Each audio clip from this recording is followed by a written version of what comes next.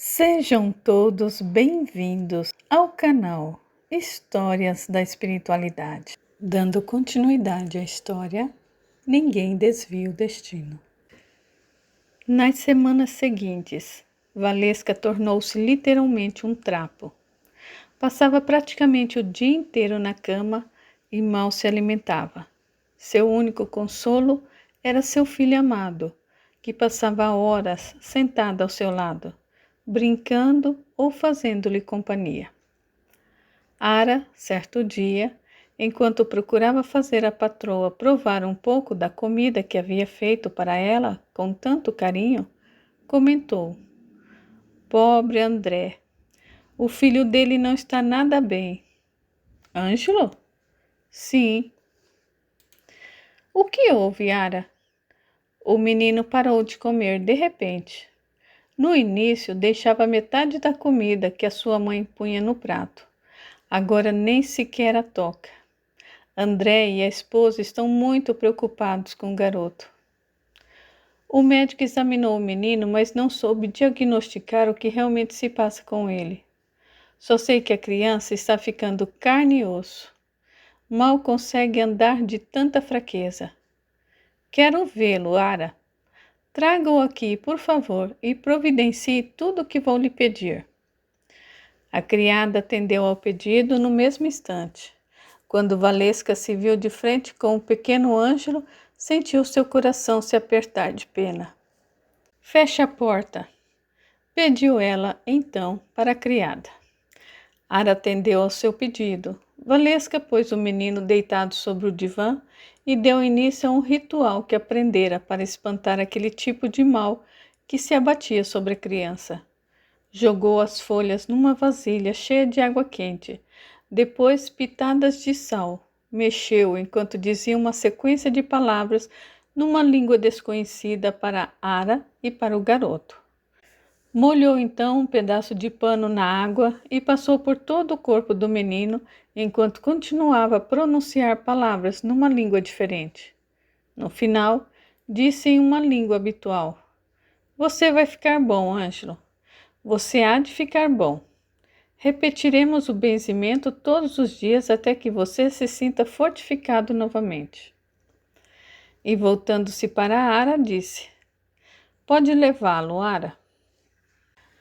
Ara foi até a criança, pegou na sua mãozinha e encaminhou-se para a porta. Antes de sair, porém, voltou-se para Valesca e disse seriamente: "A senhora deveria fazer o mesmo que fez por essa criança, dona Valesca, para que possa obter forças para se reerguer e continuar a sua missão de vida. De nada vale curar o outro esquecendo de curar a si mesmo. Lembre-se de que, se a senhora ficar mal de saúde, não poderá mais ajudar quem ficar mal." "Eu sei, Ara, eu sei. Obrigada por se preocupar comigo." No dia seguinte, como Valesca havia pedido, o menino adoentado foi levado novamente até ela para ser benzido outra vez. Já havia um sinal de melhora no garoto, observou Valesca assim que ouviu, uma melhora que foi se ampliando cada vez mais que ela benzia a criança. A mãe do menino ficou tão agradecida a Valesca que fez questão de agradecer-lhe pessoalmente. "Se não fosse a senhora", disse a mulher emocionada. "Que nada, fiz apenas o meu dever." A seguir, Valesca pediu encarecidamente à mulher que não comentasse com ninguém a respeito do que ela havia feito por seu filho. A mulher jurou sigilo absoluto. Era o mínimo que podia fazer em troca de um gesto tão solidário por parte de Valesca. Dias depois, Dante encontrou na sala os apetrechos que a esposa usava para benzer o menino. "Você pode me explicar o que é isso, Valesca?" ralhou ele assim que a esposa atendeu ao seu chamado. Ela mirou firme em seus olhos e explicou o que era. "Você está envolvida com bruxaria?" bramiu ele. Isso é bruxaria, sim. Bruxaria dentro da minha própria casa. Aquele demônio contaminou você. Meu Deus, que horror! O que eu fiz para merecer uma coisa dessas? Valesca tentou se explicar. Eu apenas usei esse material para benzer o pequeno Ângelo, o filho do André, o nosso cocheiro. O menino estava morrendo e eu salvei a sua vida. Dante tremia agora por inteiro. Mal podia se manter em pé. No entanto, continuava a manter sobre a esposa um olhar de descaso, ódio e repugnância. Se você pensa que vai destruir a minha vida e a do meu filho e a de si próprio, está muito enganada. Eu não permitirei, enquanto eu estiver vivo, eu não permitirei. Ele avançou sobre ela, pegou no seu braço e arrastou-a para o quarto que ficava na parte superior da construção. Uma espécie de sótão. Empurrou-a para dentro do aposento e disse: Daqui você não sai mais. Não enquanto eu estiver certo de que você está livre das garras do demônio. Valesca olhava para ele, agora horrorizada, porém sem fazer alarde quanto à decisão do marido. Dante adquiriu um tom ainda mais ferrenho quando disse: Não quero mais que tenha contato com nosso filho. Desta vez a esposa reagiu. Isso não, Dante, gritou ela. Isso não. É para o próprio bem dele, redarguiu o marido quase num berro. A influência do demônio sobre você pode contaminá-lo, e isso eu não permitirei jamais. Meu filho não, defendeu-se Valesca, agora possuída pelo desespero. Você não pode tirar o meu filho de mim. Vou tirá-lo até que você esteja liberta dessa influência demoníaca. E sem mais delongas, Dante fechou a porta e passou a chave. A seguir foi até Ara e lhe passou as devidas ordens. Não quero, em hipótese alguma, que o meu filho tenha contato com a mãe. Está me ouvindo? Meu senhor, eu não quero a sua opinião. Assim que Dante deixou o aposento, Ara lamentou. Foi culpa minha. Eu não deveria ter deixado aquilo tudo na sala. Eu esqueci completamente onde estava com a minha cabeça. Acalme-se, Ara. Acalme-se. Pediu a criada de nome Anastácia, que se encontrava presente no local. O que faço agora? Só nos resta rezar pela patroa, Ara. Somente isso, rezar. Nas semanas que se seguiram, Dante se viu obrigada a dizer para as pessoas que perguntavam sobre Valesca que ela andava indisposta e por isso não vinha podendo comparecer aos eventos para os quais eram convidados.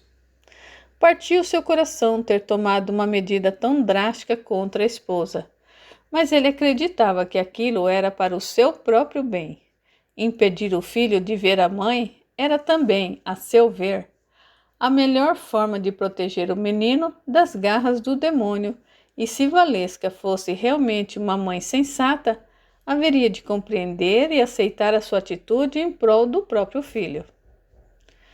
No entanto, por mais que Valesca procurasse compreender o que se passava com o marido, a saudade do filho era insuportável, tanto quanto era insuportável viver trancafiada naquele minúsculo cômodo de teto baixo, com apenas uma minúscula janela. Ara pensou em mandar fazer uma cópia da chave do sótão para libertar a patroa quando o patrão não estivesse em casa. Mas Valesca se opôs terminantemente à ideia, receosa de que se o marido descobrisse o que a criada havia feito, haveria de despedir a mulher. E Ara precisava daquele emprego como ninguém. Ara pensou em levar o pequeno Benito até lá. Ainda que houvesse uma porta separando a mãe e filho, os dois poderiam conversar. Mas Valesca temeu que o menino contasse para o pai o que ela havia feito, complicando as coisas para a criada e para ela própria. Para explicar para o filho o porquê da mãe se encontrar trancada no sótão, Dante disse que ela estava com uma doença contagiosa e por isso precisava ficar isolada. Caso contrário, todos na casa adoeceriam. Benito se preocupou imensamente com a mãe. Rezava por ela a todo instante.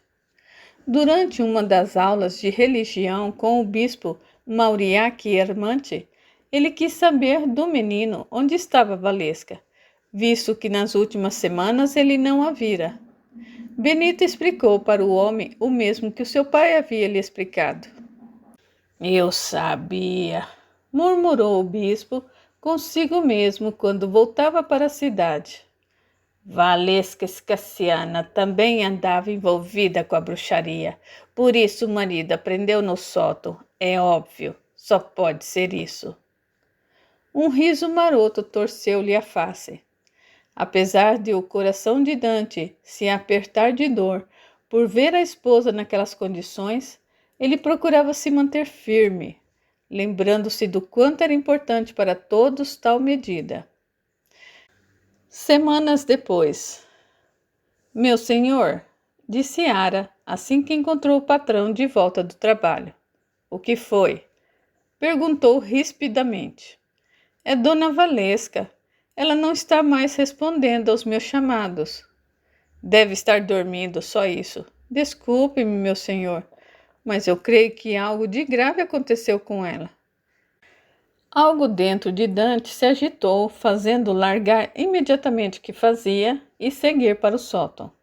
Estava ofegante e transpirando fundo quando chegou lá e abriu a porta.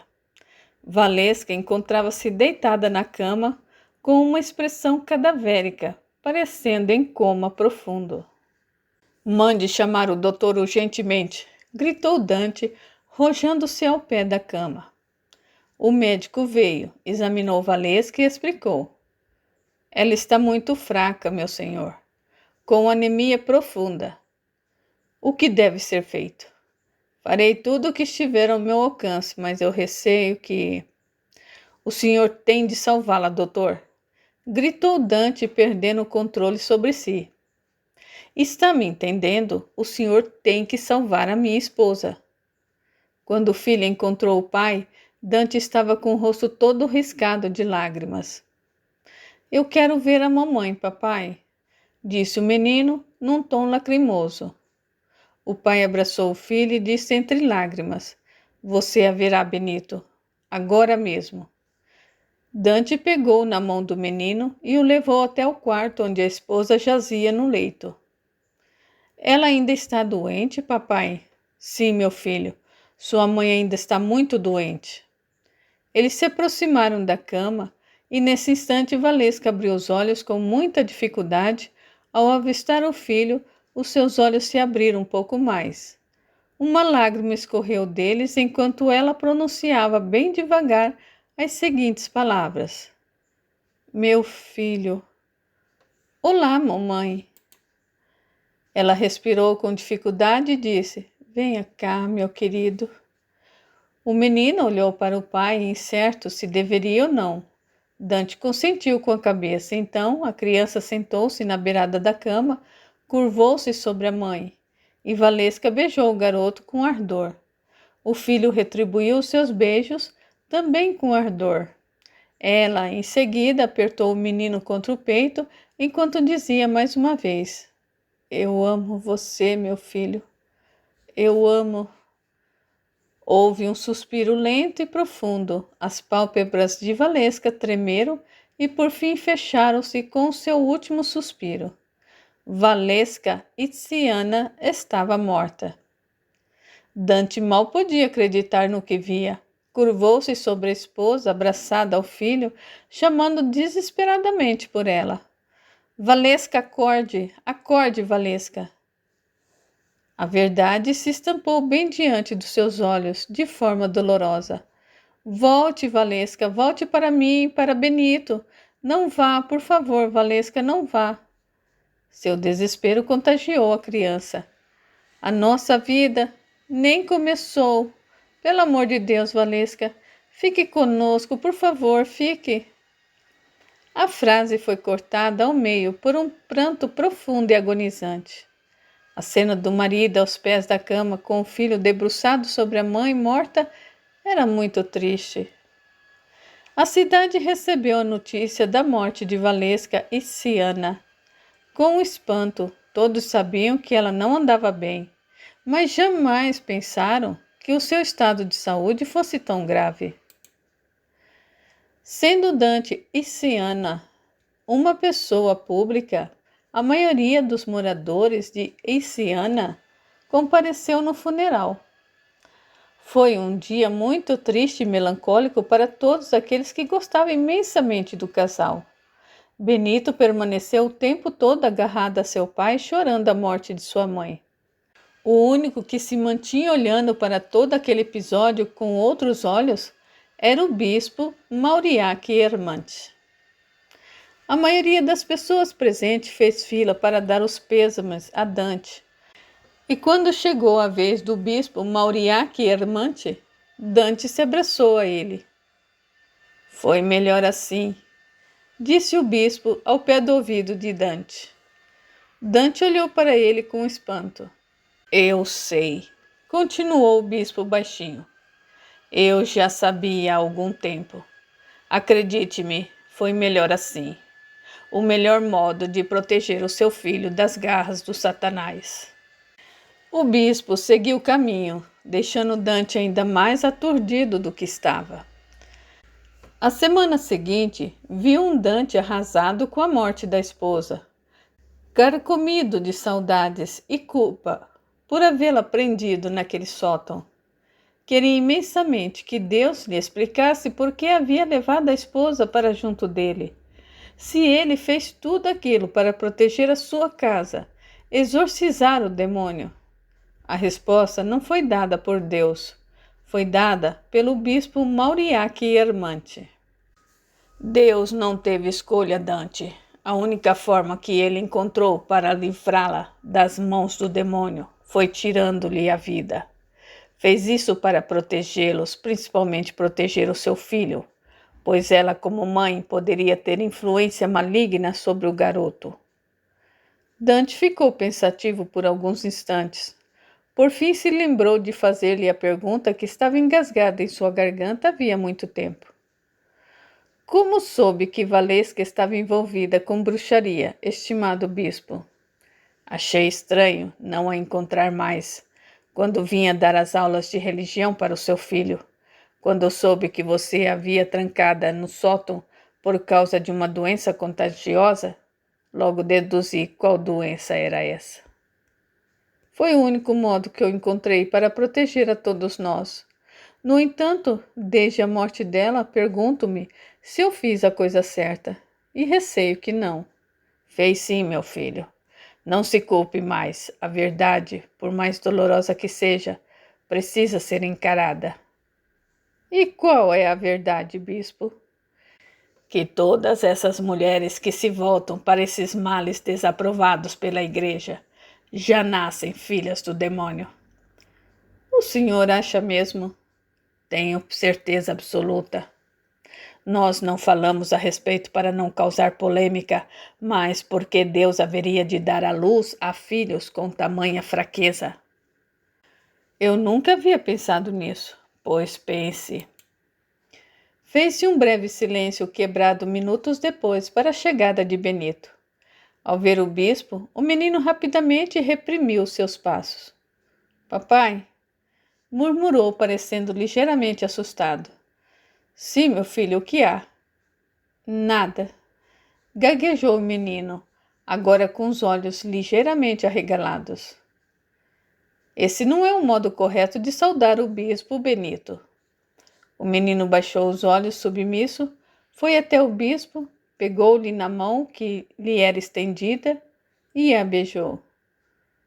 Sua bênção, vossa reverendíssima, disse o garoto cabisbaixo. Deus o abençoe, meu filho. O menino pediu licença para deixar o local. Dante olhou de forma curiosa para seu filho e perguntou: Você não disse ao que vinha, Benito? O garoto surpreendeu-se com a pergunta de seu pai. Não era nada, papai. Nada de importante, eu só queria saber como o senhor está, explicou a criança, atropelando ligeiramente as palavras. Assim que o menino se foi, Dante, olhos voltados para a porta, comentou: O senhor percebeu como ele está perturbado? Não é para menos, Dante. A mãe faleceu há menos de 2 semanas. Dante subitamente rompeu-se num choro compulsivo. Eu não me conformo, eu não consigo me conformar com o que aconteceu. O bispo Mauriac Ermante voltou-se para o moço e o repreendeu. Você não deveria chorar por sua falecida esposa, Dante. Deveria sentir vergonha dela, apagá-la de sua memória para sempre. Ela era uma imoral, Dante, uma criada do Satanás. Mas eu a amava de paixão. Fizemos tantos planos para o futuro juntos. Ela era, acima de tudo, a mãe do meu filho. E era, acima de tudo, uma enviada do demônio. O bispo pegou firme no ombro do moço, fê-lo voltar os olhos para ele e então falou seriamente. Não permita que essa filha do demônio perturbe mais Dante. Agradeça a Deus por tê-la levado de você e do seu filho. Pense no quanto a presença dela poderia perturbar o seu menino, incutir-lhe maus pensamentos, desviá-lo do caminho do Senhor. Reconstrua a sua vida e siga em frente. Mas é tão difícil. Eu não sei se eu posso. Ouça o que eu lhe digo, Dante. Para o seu próprio bem, apague essa mulher do seu coração. Eu vou tentar. Tente mesmo, e com fé, antes que o demônio faça de você também o seu escravo. Toda vez que a lembrança desse demônio vier perturbá-lo, ajoelhe-se sobre um punhado de pedras pequenas e pontiagudas. Esse pequeno gesto fará com que você se afaste da lembrança dessa infeliz. Dante pegou na mão do bispo, beijou-a e disse com sinceridade: O que seria de mim sem o senhor, bispo? O que seria de todos nós sem suas palavras de conforto, sem a sua compaixão? O homem suspirou. Faço apenas a minha obrigação, meu filho. Eu me sinto mais seguro vivendo nesse mundo com tanta podridão, tendo o senhor do meu lado. O bispo deu um tapinha camarada no ombro do seu interlocutor e disse: Eu já me vou. Dante pegou a mão do bispo, beijou-a novamente e em seguida fez uma reverência. Sua bênção. Deus o abençoe, meu filho. As semanas que se seguiram tornaram-se ainda mais difíceis para Dante Scaniana. A saudade de Valesca e o sentimento de culpa por tê-la prendido no sótão apertava mais e mais o seu coração, fazendo com que ele chegasse a sentir falta de ar por causa dela. Sim, Dante sentia cada dia mais culpa pelo que fizera, e algo dentro dele lhe dizia que ele havia agido errado para com a sua esposa amada, precipitando-se nas suas conclusões e atitudes. As noites foram ficando cada vez mais mal dormidas, tomadas de pesadelos com Valesca, lembranças dos planos que os dois haviam feito para o futuro dos dois, planos que jamais existiriam, planos massacrados pela misteriosa mão do destino. Nos pesadelos, ele via Mícia ao lado de Valesca. Mícia tentava lhe dizer alguma coisa, só que ele não podia compreender a língua que a jovem usava para se expressar, se comunicar com ele. Noutras vezes, era Valesca quem aparecia e falava com ele nessa língua estranha, uma língua que ele já ouvira em algum lugar, mas não sabia precisar onde. Surgia então Mícia queimando na fogueira, e noutras Mícia aparecia na companhia de Valesca, no meio do bosque, de frente para uma fogueira cercada por outras mulheres, todas vestidas capuz vermelho. Os pesadelos faziam Dante acordar no meio da noite, transpirando fundo.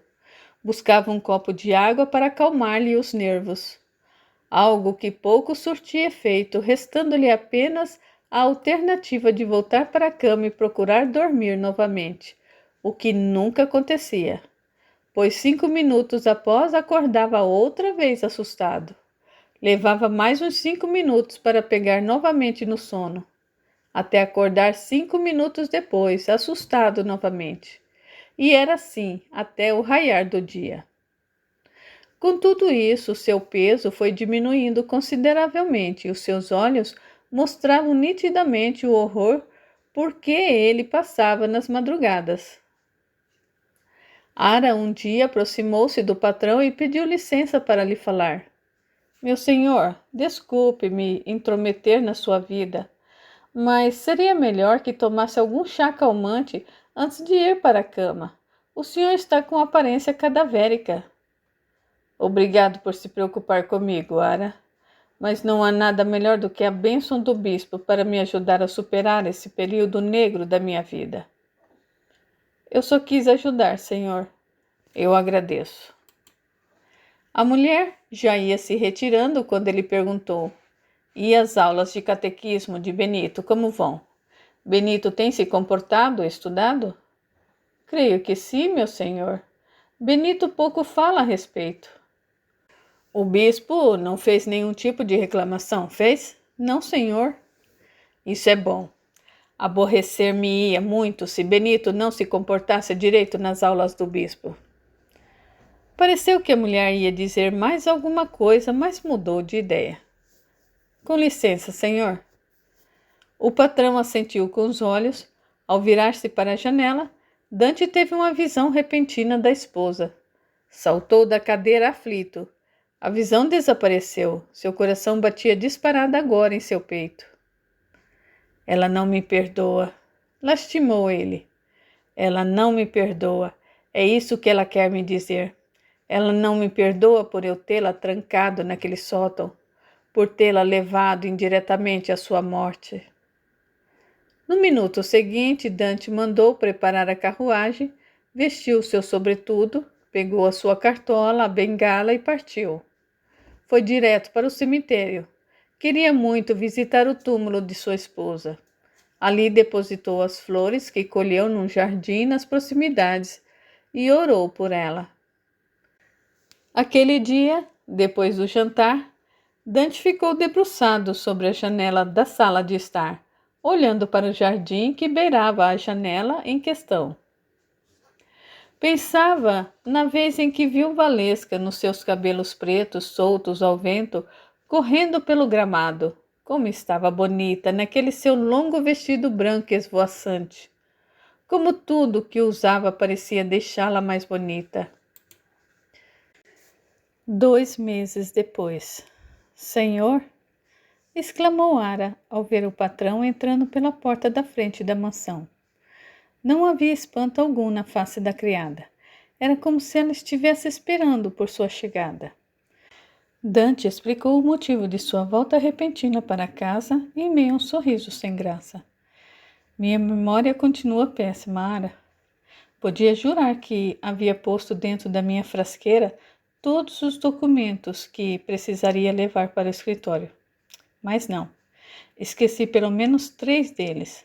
Por incrível que pareça, os 3 documentos mais importantes. Dante sorriu vagamente antes de perguntar. Onde está o meu filho, Ara? A mulher tomou alguns segundos para responder. Está com o bispo na sala dos fundos, tomando suas aulas de religião. É mesmo? Ando tão aéreo que nem lembrei que hoje era o dia da aula dele com o bispo. Por que eles estão fazendo a aula naquela sala e não na sala de estudo como o habitual? Foi o próprio bispo quem quis que as aulas fossem lá, meu senhor. Ele disse que o lugar é mais arejado. Arejado? Estranhou Dante. Aquela é de todas as salas da casa a menos arejada. A mulher fez uma careta sem graça. Se o bispo quer assim, que assim seja. Nem bem Dante deu um passo na direção do escritório onde guardava seus documentos, sentiu um estranho calor percorrer o seu corpo. Foi preciso afrouxar o colarinho. Em questão de segundos, ele estava transpirando. O senhor está bem? Preocupou-se Ara diante do estado do patrão. Apenas um mal-estar, Ara. Criado e patrão ficaram encarando-se por alguns segundos de forma inusitada. Foi Dante quem desviou os olhos primeiramente. Já que eu estou aqui, vou aproveitar para saber do bispo como andam as aulas de religião de Benito. Sem mais delongas, Dante pôs em cima da escrivania sua pasta de documentos e seguiu para o local. A sensação de calor foi piorando conforme ele foi se aproximando da sala onde se encontrava o bispo e Benito. Ele tornou a afrouxar o colarinho por tamanha falta de ar. Seu estado o deixou ligeiramente preocupado consigo. O que estava acontecendo? Aquilo nunca lhe acontecera antes? Que estranho! A mão de Dante estava prestes a pousar na maçaneta quando uma força segurou seu punho no ar.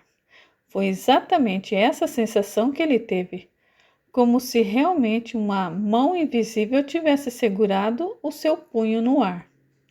Algo fez encostar a orelha contra a porta para ouvir o que era dito dentro daquelas quatro paredes.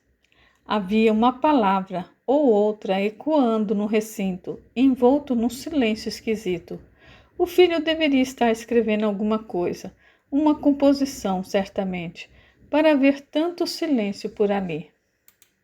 Então, algo se apoderou de Dante, fazendo-o subitamente tomar outra direção. Caminhou até a sala, que ficava ao lado daquela, onde havia uma porta que dava acesso à sala em questão, a qual ele, sem saber ao certo porquê, torceu para que não estivesse trancada por dentro às chaves.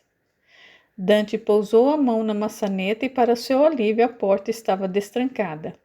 Ele a abriu devagar para não fazer barulho e, assim, pôde entrar no recinto discretamente e ver o que se passava por lá. Sua respiração ficou suspensa ao avistar o filho nu e o bispo com a batina arreada. "Tire as mãos do meu filho!" gritou Dante num tom de voz rouca. "Tire as mãos do meu filho agora!" O bispo, Mauriac Ermante, voltou-se para Dante com os olhos tomados de surpresa e horror por ver o dono da casa ali, àquela hora, e por ter entrado naquela sala por uma porta que ele nunca notou que havia por lá, por ficar atrás de um dos grandes móveis que ocupavam a sala. Benito, assim que avistou o pai, correu em sua direção e se agarrou firme a ele. "Filho!" bramiu Dante num tom agonizante. O corpo do menino tremia por inteiro, sua cor havia desaparecido. "Filho, meu filho, você está bem?" O menino se agarrou ainda mais forte ao pai, enquanto lágrimas e mais lágrimas escorriam por sua face sem cor. Dante também se rompeu em lágrimas e apertou-se ainda mais ao garoto. "Está tudo bem, meu querido", desabafou ele. "Está tudo bem, o papai está aqui. Não se desespere." O choque com a realidade foi tanto que Dante esqueceu por alguns instantes que havia mais alguém presente naquela sala. Levou uns bons segundos para que ele voltasse a se dar conta do fato, e quando reabriu os olhos vermelhos de desespero e pranto e avistou o bispo, a vermelhidão dos seus olhos se agravou. O vermelho agora era de ódio. O bispo olhava para ele como se o visse de muito longe, com a sua arrogância de sempre fazendo-lhe sombra. Dante voltou-se para o filho e, puxando-o por seu bracinho, encaminhou até a porta do quarto, aquela que fora trancada propositadamente pelo bispo assim que entrara ali com a criança. "Vá até Ara e fique com ela, Benito. O papai precisa ficar a sós agora." O menino assentiu com a cabeça. O pai procurou enxugar-lhe as lágrimas com um lenço antes que ele partisse e beijou-lhe a testa e reforçou: "Procure Ara e fique com ela." O menino obedeceu. Dante tomou ar, seus pulmões estavam necessitados.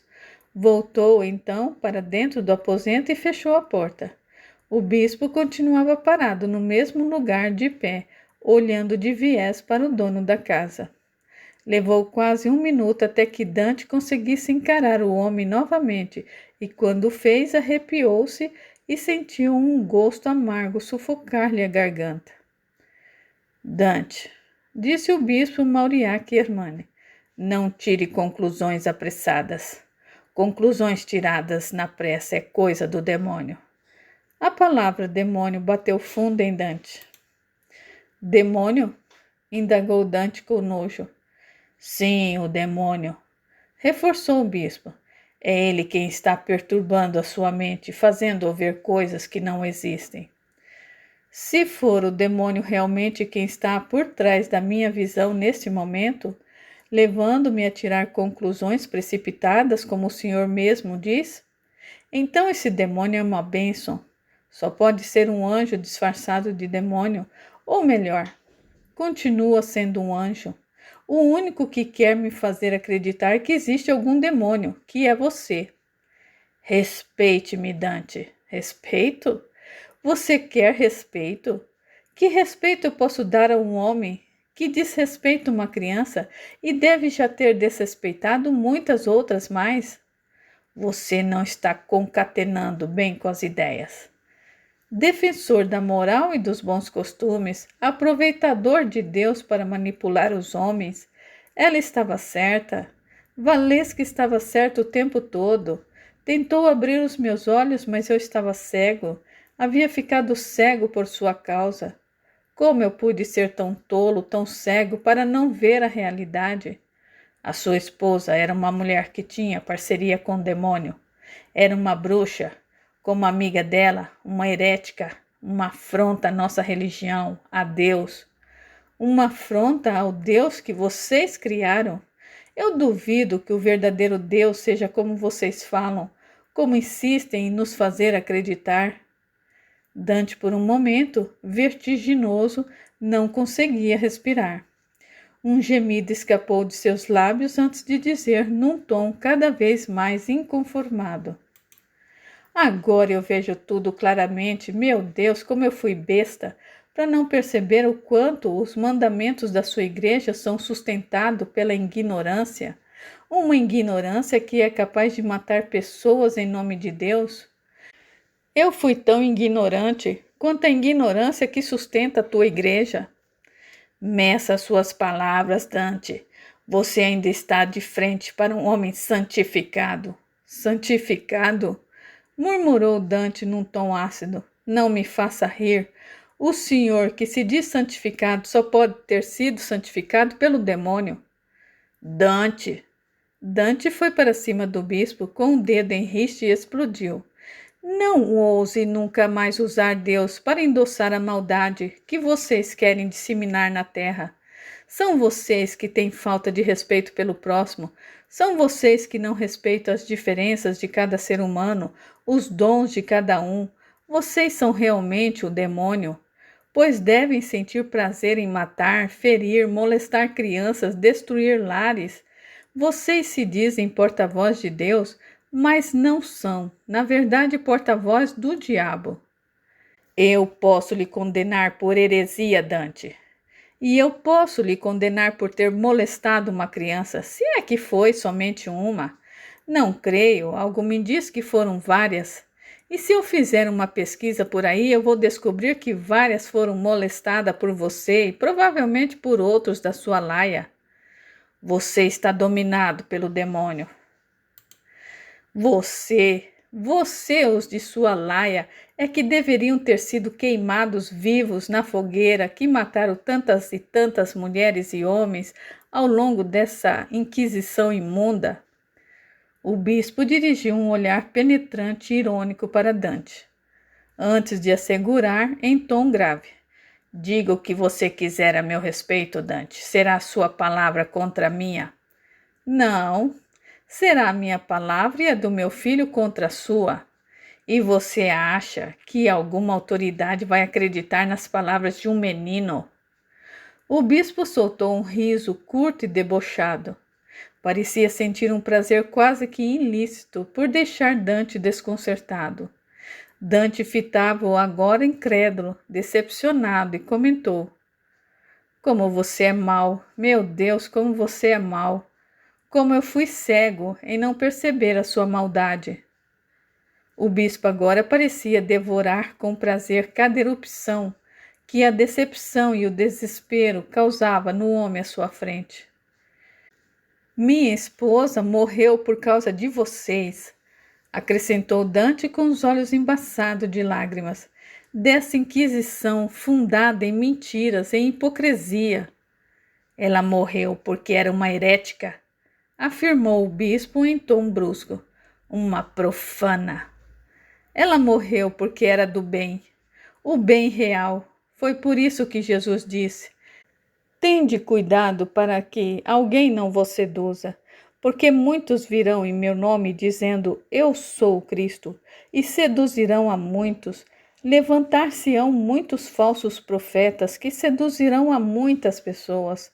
E porque abundará a iniquidade, a caridade de muitos esfriará. Mas aquele que perseverar até o fim se salvará.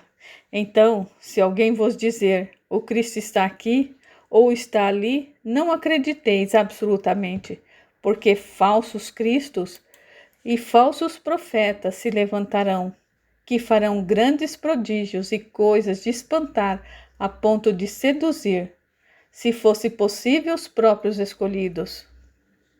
Eu vou-me embora, rosnou o bispo, parecendo ter atingido o limite da sua paciência. Não mereço ficar aqui ouvindo acusações infundadas. Daqui você não sai, berrou Dante. Não por enquanto. O dono da casa foi até a porta pela qual ele havia entrado na sala e a fechou com chave. Guardou a chave no bolso e foi até a outra porta que dava acesso à sala. Abriu-a e chamou pelo mordomo. Assim que o criado apareceu, Dante disse alto e em bom som: o bispo ficará fechado nessa sala até que eu volte. Não permita que ele saia daqui em hipótese alguma, nem que ele arrombe essa porta. Se ele, por acaso, tentar pular a janela, segurem-no, amarrem-no, amordaçem-no, se for preciso. Se bem que, gordo como ele é, eu duvido muito que consiga fazer tal proeza. Se fizer, irá com certeza se esborrachar no chão. O criado, olho surpreso, assentiu no mesmo instante. O seu senhor está fora de controle, protestou o bispo. E antes que ele dissesse mais alguma coisa, Dante fechou a porta com a chave. Mauriac Ermante correu até a porta e começou a bater nela com os punhos. Tirem-me daqui! Tirem-me daqui! Gritava com total desespero. Satanás! Satanás! Dante voltou-se para o criado e reforçou seu pedido. Fique tranquilo, meu senhor, garantiu o mordomo. O bispo só sai daqui por cima do meu cadáver. Obrigado, Jonas. Não há de que, meu senhor. Após se certificar com Ara de que o filho estava bem, Dante tomou a carruagem que deixara aguardando por ele e seguiu para o vilarejo. Assim que chegou lá, convocou uma reunião de urgência. Todos ficaram surpresos quando ele expôs o que presenciara em sua casa havia pouco. O murmúrio foi geral. Alguns chegaram a pensar que ele estivesse delirando. Ao notar a descrença, Dante protestou. Amigos, o que é isso? Estão duvidando da minha palavra? Por acaso alguma vez em toda a minha vida eu lhes dei motivos para duvidarem de mim? Eu sempre fui leal a vocês, ao meu trabalho, à honestidade, à decência moral. Eu sempre fui um homem religioso, extremamente religioso, todos sabem disso. Será que precisarei chamar o meu filho aqui para lhes contar o que houve entre ele e o bispo? Fazê-lo sofrer ainda mais por tamanha perversidade? Novo murmúrio ecoou entre os presentes. Martim Rossen, que detinha a posição de juiz do vilarejo, tomou a palavra. Eu acredito em você, Dante. Demétrio MacDonald manifestou-se. Eu também. Outros dois presentes deram seu apoio. Levaremos o bispo a julgamento. Até lá ele ficará atrás das grades. Agradeço muito a compreensão e colaboração de vocês. Duarte Cole, que até então se mantivera calado, protestou. Vocês acham mesmo que estão certos em manter um homem de Deus atrás das grades de uma prisão? Deus pode se revoltar conosco. Vamos apurar os fatos, meu caro Duarte. Assim como o demônio pode ocupar o corpo de uma jovem linda e angelical para disseminar o mal, ele pode muito bem ocupar o corpo de um bispo. Duarte quedou pensativo. Como havia sido combinado, o bispo foi levado da casa de Dante para a casa de detenção pela guarda do município. A cidade estava em polvorosa. Todos já haviam tomado conhecimento do fato. Muitos estavam escandalizados com o ocorrido, alguns duvidosos de que aquilo realmente havia acontecido, pois para eles um homem de Deus era um homem de Deus, incapaz de ser manipulado pelo demônio. Outros estavam indignados e revoltados com Demétrio e Dante por terem levado o bispo à prisão e a julgamento. A delegacia aquela noite ficou cercada de fiéis que foram dar apoio ao bispo. Levaram velas, alimentos e passaram a madrugada fria orando pelo homem que tanto estimavam. No dia seguinte, logo pela manhã, o local onde se realizaria o julgamento do bispo já estava cercado por centenas de curiosos. Poder-se-ia dizer que a cidade toda estava ali. O recinto, que comportava apenas cerca de 100 pessoas, logo ficou lotado. Os que não puderam entrar tiveram que se contentar em aguardar do lado de fora da edificação. Houve palmas e palavras de apoio quando o bispo foi trazido para o local. Houve vaias quando Dante chegou. O julgamento começou com o promotor lendo a acusação. Depois passou a palavra para Dante, que ocupava agora a posição de testemunha de acusação. Esse homem, começou ele indicando o bispo com o dedo, que se diz porta-voz de Deus, defensor da moral e dos bons costumes, é na verdade o demônio disfarçado de enviado de Deus. Dante, meça suas palavras. Elas podem condená-lo por blasfêmia, protestou Demétrio. Eu sei muito bem do que eu estou falando, meu caro Demétrio. Eu peguei esse homem, essa alma torpe, ontem em minha própria casa, tentando abusar sexualmente do meu filho. Ouviu-se um murmúrio de vozes. A defesa fez uma observação. Senhor Dante, o senhor só pode estar delirando. Todos sabem que o senhor anda perturbado desde que a sua esposa faleceu. Dante bateu com toda a força o punho sobre a mesa. Eu digo a verdade, nada mais do que a verdade. Não haveria razão para mentir. Mentira não faz parte do meu caráter. De que me vale prejudicar um ser humano? Eu nada lucro com o mal. Esse demônio estava prestes a molestar o meu filho, o meu amado filho.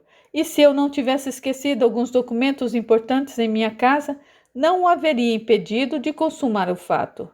No entanto, receio seriamente que ele já possa ter abusado do meu menino anteriormente, não só do meu filho como de outros. Novo murmúrio de voz se elevou entre os presentes. O juiz pediu silêncio para que Dante pudesse prosseguir. Receio também que outros padres e frades tenham feito o mesmo com nossas crianças. Todos precisam ver realmente quem se esconde por trás da aparência tranquila e bondosa desses homens que se intitulam porta-voz de Deus. Outro murmúrio de vozes, e desta vez mais denso, manifestou-se por entre os presentes. Dante voltou-se para o juiz e pediu licença para chamar Benito. Permissão concedida. Benito foi até o pai e sentou-se na cadeira que ele lhe indicou. Fez o juramento de praxe com a mão estendida sobre a Bíblia.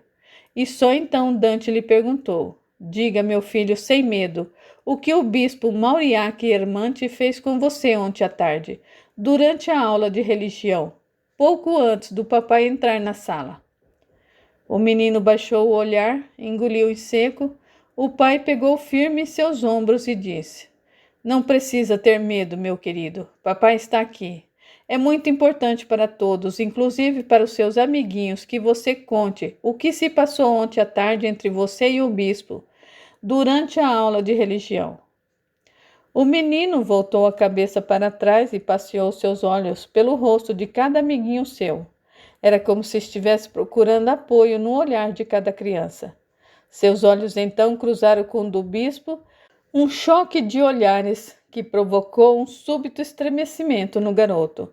A criança voltou a olhar para o juiz e disse: ontem, durante a aula, O juiz interrompeu. Benito, fale mais alto, por favor. O menino limpou a garganta e ergueu a voz. Ontem à tarde, como de hábito, o bispo Mauriac Hermante quis dar aula de religião para mim na sala que fica nos fundos de casa. Ele sempre escolhe aquela sala quando quer que eu apalpe o seu corpo e diz que é para eu apalpá-lo como se estivesse apalpando o corpo de Deus. E me diz também que, quando ele apalpa o meu corpo, é porque Deus quer apalpar o meu corpo por meio de suas mãos. Depois, ele me pede para tirar a roupa. Outro dia, eu não quis tirar a roupa porque estava frio, mas ele insistiu. Se eu não tirasse, Deus se zangaria comigo. Perguntou-me: Você quer que Deus se zangue com você, Benito? Quer? Eu respondi imediatamente que não. Então ele disse: Então faça o que eu mando. E se falar para alguém alguma coisa sobre isso, Deus irá castigar você. Vai matar o seu pai, assim como matou a sua mãe. Um murmúrio de vozes agitou-se entre os presentes. Foram realmente essas as palavras usadas pelo bispo Mauriac Hermante, Benito? Indagou o juiz. Foram, respondeu o menino sem titubear. O murmúrio de voz entre os presentes elevou-se. Acrescentou Benito, mas não foi além disso. Prossiga, Benito, incentivou o juiz. O menino parecia incerto se deveria ou não prosseguir. Os olhos do pai disseram a ele que sim. Prossiga. Benito passeou os olhos pelo rosto de cada amigo antes de continuar. Juliette tinha um segredo. Juliette? Estranhou o juiz. Juliette? Também estranhou Dante. Juliette Vartanian, explicou o menino. Juliette Vartanian? Murmurou o juiz. Você está falando da menina que foi morta por magia negra? Sim, ela mesma, respondeu Benito rapidamente. Que segredo era esse, Benito? Juliette ia sempre à minha casa e me dizia que não gostava do bispo Mauriac Hermante. Quando eu lhe perguntava o porquê, ela respondia que não podia me contar, porque senão Deus mataria a mãe e o pai dela. Novo murmúrio de voz ecoou entre os presentes. Mas Juliette não precisava me contar, porque não gostava do bispo. Eu sabia que deveria ser pela mesma razão que eu também não gostava dele. Você está certo do que está dizendo, Benito?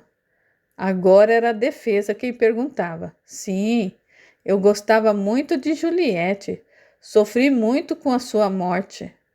O juiz voltou-se para o bispo Mauriac Hermante e perguntou. Bispo Mauriac Hermante, o que o senhor tem a dizer em sua defesa?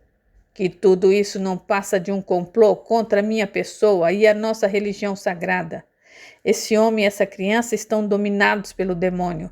Só uma pessoa dominada pelo Satanás seria capaz de inventar um absurdo desses a meu respeito. Dante retomou a sua palavra. Obrigado, Benito. O menino baixou os olhos e se retirou do tribunal. E Dante continuou.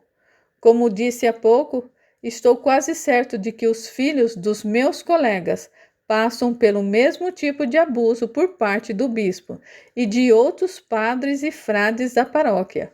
Foi por isso que eu fiz questão que alguns pais viessem para esse julgamento na companhia dos seus filhos. Eu quero interrogá-los na frente de todos vocês. Dante voltou-se para as crianças sentado ao lado de seus pais e, olhando fundo nos olhos de cada uma delas, disse: Você e você. Vocês todos podem ter sido molestados por esse bispo e por outros padres. Novo agito de vozes.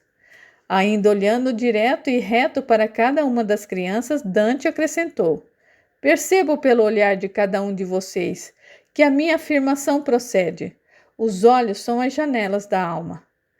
Dante, protestou um dos pais dos meninos, pondo-se de pé. Você não deve falar assim com o meu filho. Eu o proíbo. E voltando-se para o filho, o pai ordenou: Vamos embora daqui, Hugo. Outro pai também se levantou de onde se encontrava sentado, voltou-se para o filho e disse alto e em bom tom: Vamos embora daqui também, Douglas. Esses pais saíram seguidos por seus filhos e por outros pais acompanhados de seus filhos. Duarte voltou-se para Dante e disse: Está contente agora, Dante, com o rebuliço que está causando em todos nós? Dante não se deixou intimidar pela acusação. Afirmou com veemência: É para causar reboliço mesmo, para que todos parem, observem, reflitam e abram os olhos enquanto é tempo. Dante ignorou o homem, voltou-se para o juiz e disse: É difícil, muito difícil mostrar a verdade para aqueles que foram hipnotizados por esses que se julgam porta-voz de Deus. O juiz assentiu em concordância. Fez-se um breve silêncio até que o promotor voltasse a falar. Estes são os fatos, meritíssimo. Resta agora ao juiz apurá-los. A defesa tomou a palavra. Temos fatos apresentados por uma criança e um homem perturbado pela morte de sua esposa, que, segundo boatos, também estava envolvido com a bruxaria. Foi por essa razão, inclusive, que o Sr. Dante trancou a esposa dentro da sua própria casa, no sótão, para ser mais preciso, na esperança de impedi-la de continuar tomando parte da arte do demônio. Sou levado a crer que tal comunhão com o demônio praticado pela esposa afetou o nosso estimado Dante, levando ao delírio não só a ele, como ao filho. Todos conhecem muito bem o bispo e sabem o quão íntegro é o seu caráter. Por momento algum, ele seria capaz de fazer algo do gênero contra uma criança inocente. Por isso, tais acusações são totalmente infundadas, sem nenhum cabimento. Puramente, a meu ver, obra do demônio. Houve um novo burburinho entre os presentes. Foi então que Yara ergueu-se de onde estava sentada e pediu licença para falar. Quero permissão para falar, meritíssimo. Permissão concedida. Ara subiu no tribunal, ocupou o local destinado às testemunhas e, num tom de voz cuidadoso, disse: Eu trabalho na casa do Sr. Dante. Sim, continue. Eu sei que não deveria ter feito o que eu fiz, mas era preciso. Foi a única forma que eu encontrei para fazer com que o Sr. Dante descobrisse o risco que o seu filho estava correndo, ficando sozinho nas mãos do bispo Mauriac Hermante. Por isso eu atrevi-me a abrir a bolsa do meu patrão e tirar de dentro dela alguns dos documentos que estavam ali. Foi o único modo, a meu ver, de forçar o patrão a voltar para casa e, com a graça de Deus, no momento oportuno, pegar o bispo fazendo aquela barbaridade que há tempos vinha fazendo com o menino. E por que não contou a respeito para o seu patrão? Ele não me acreditaria, meritíssimo.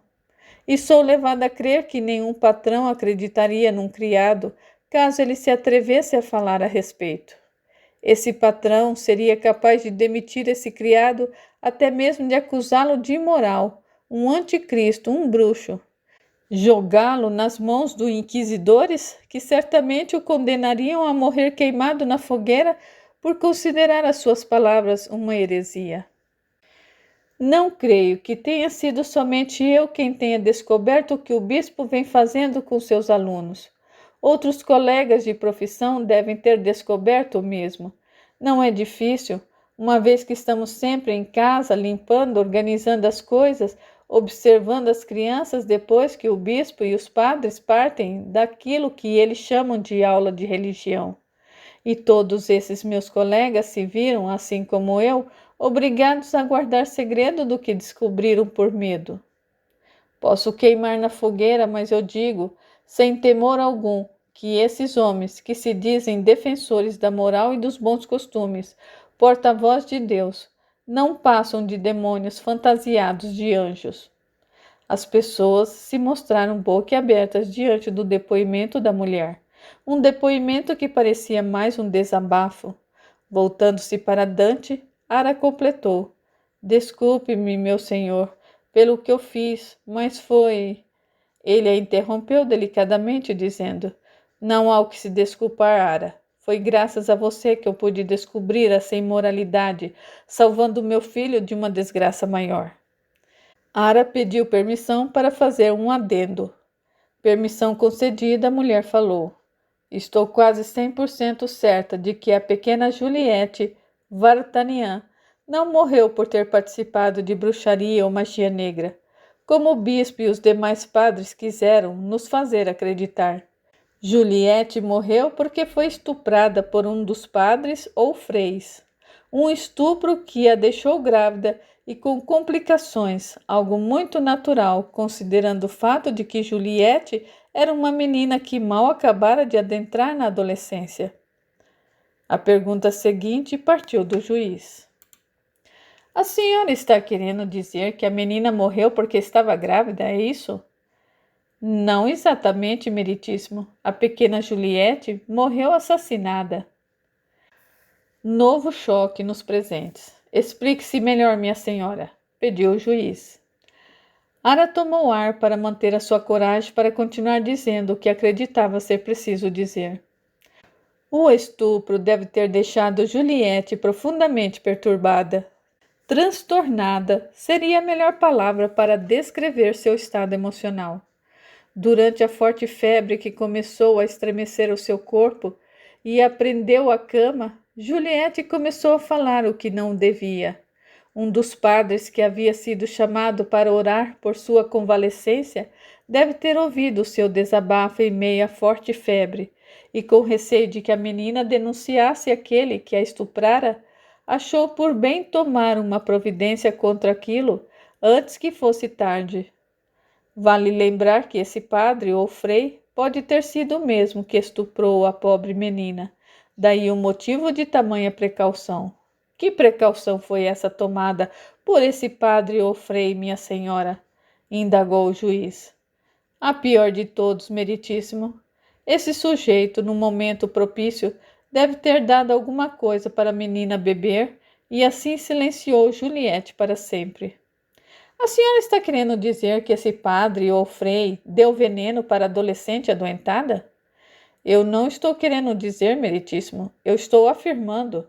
Foi exatamente isso que ele fez, e esse indivíduo fez coisa ainda pior.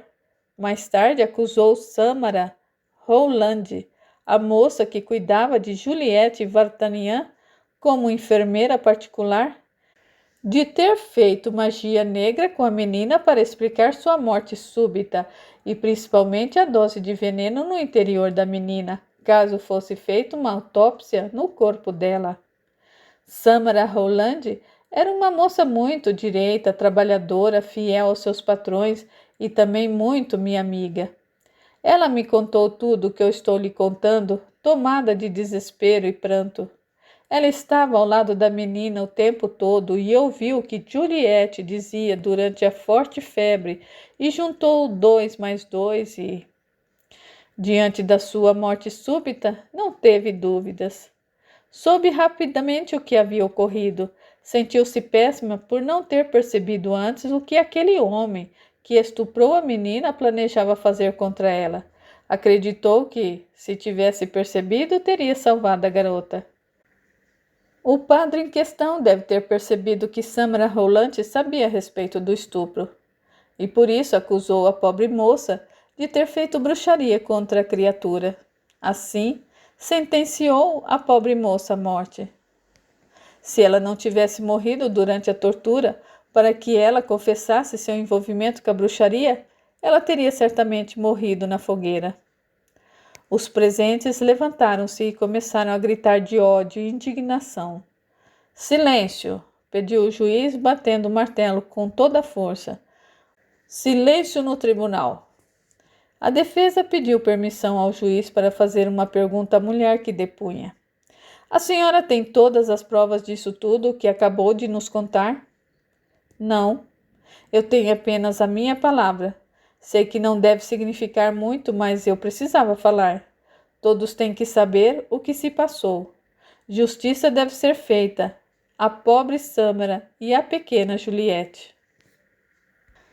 A defesa riu com ironia, voltou-se para todos e comentou: Nada do que essa mulher disse pode ser provado. Temos apenas a palavra de uma criada, na certa querendo proteger a amiga que estimava muito e que morreu durante o seu julgamento por ter se envolvido com bruxaria. Voltando-se para Ara, acrescentou: A senhora pode ser acusada de injúria e difamação, sabia? Que eu seja. Ainda assim, afirmo que tudo o que eu disse aqui nesse tribunal é a mais pura verdade.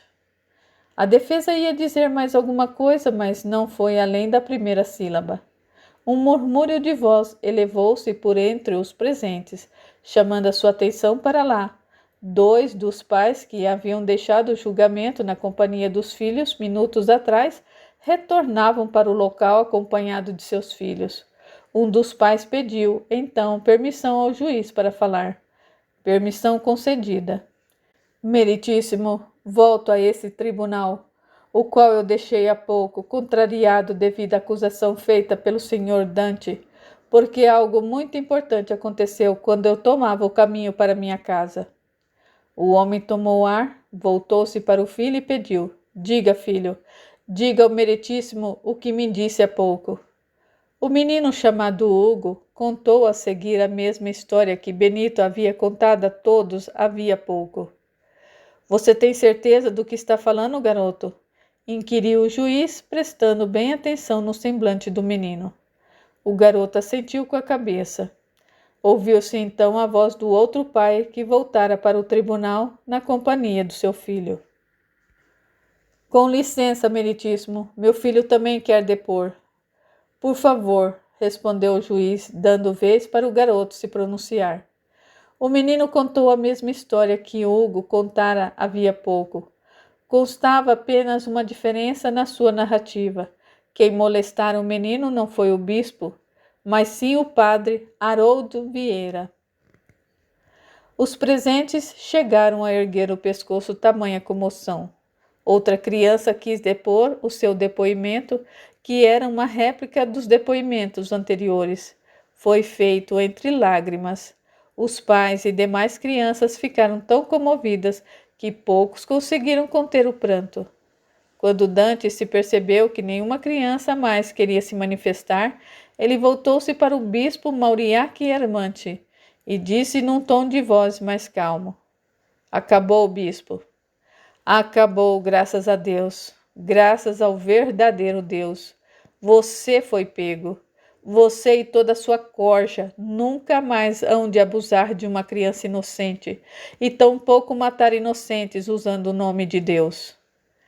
A mãe de uma das crianças que havia deposto levantou-se, voltou-se na direção do bispo e perguntou em voz lacrimosa: Como, senhor? Como todos os padres e freis puderam fazer uma coisa dessas com os nossos filhos e filhas? Como? Nós os recebemos em nossas casas, demos de comer a todos vocês, pagamos dízimos para sustentá-los e isso que recebemos em troca. O marido levantou-se e consolou a esposa em seus braços. Dante voltou a falar. Não é somente as nossas crianças que estão em risco nas mãos desses pervertidos e imorais que se intitulam porta-vozes de Deus. Os padres, freis, os bispos de direito também estão em risco, pois dentro das casas paroquiais, quando os olhos da população não estão mais voltados para eles, o que se vê é a imoralidade correndo solta pelos corredores e aposentos desses lugares. Aquele que se recusa a participar de todo e qualquer ato imoral, muitas vezes verdadeiras orgias, é deixado de lado ou judiado por esses imorais e indecentes. Muitos desses homens de direito chegam a ser dopados para serem molestados durante o tempo em que se encontram inconscientes.